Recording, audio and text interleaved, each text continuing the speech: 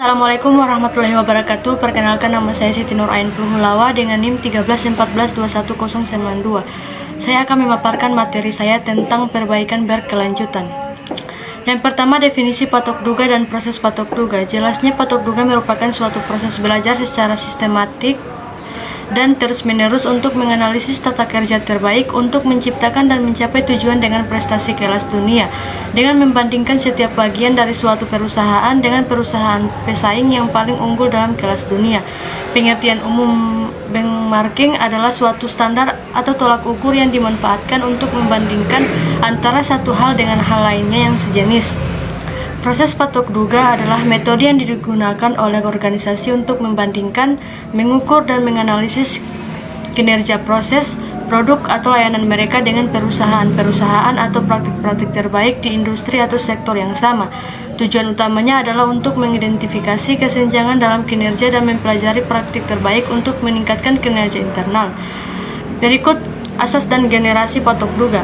Asas patok duga atau dalam bahasa Inggrisnya disebut benchmarking merupakan proses sistematis untuk membandingkan kinerja, metode, atau praktik bisnis suatu organisasi dengan yang dilakukan oleh organisasi lain yang dianggap sebagai pemimpin industri atau memiliki praktik terbaik.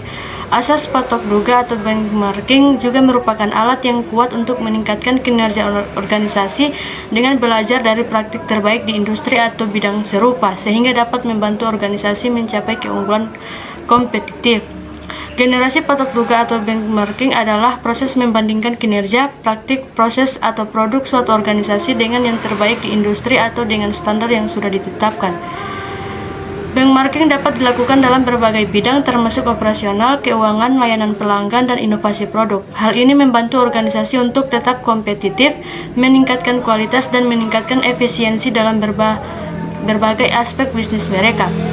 Berikut dasar pemikiran perlunya patok duga. Dorongan untuk melakukan patok duga banyak ditentukan oleh faktor kepuasan pelanggan. Adanya pemasok yang semakin kompetitif telah membuat pelanggan mengetahui dan meminta standar produk dan pelayanan yang berbeda dan lebih baik. Salah satu dasar pemikiran perlunya patok duga adalah bahwa tidak ada gunanya pengasingan diri di dalam suatu laboratorium khusus untuk berusaha menemukan proses baru yang dapat meningkatkan kualitas atau mengurangi biaya apabila proses itu sendiri sudah ada. Berikut jenis-jenis patok duga. Yang pertama, subjek. Yang kedua, objek. Berikut peranan manajemen dalam patok duga. Manajemen memegang peranan penting dalam proses patok duga. Tanpa adanya dukungan, keterlibatan, dan komitmen dari manajemen puncak, maka tidak mungkin dilaksanakan patok duga. Berikut hambatan kesuksesan patok duga. Yang pertama, fokus internal. Yang kedua, tujuan benchmarking terlalu luas. Yang ketiga, jadwal yang tidak realistis. Yang keempat, komposisi tim yang kurang tepat. Sekian dari saya. Wabillahi taufiq wal hidayah. Wassalamualaikum warahmatullahi wabarakatuh.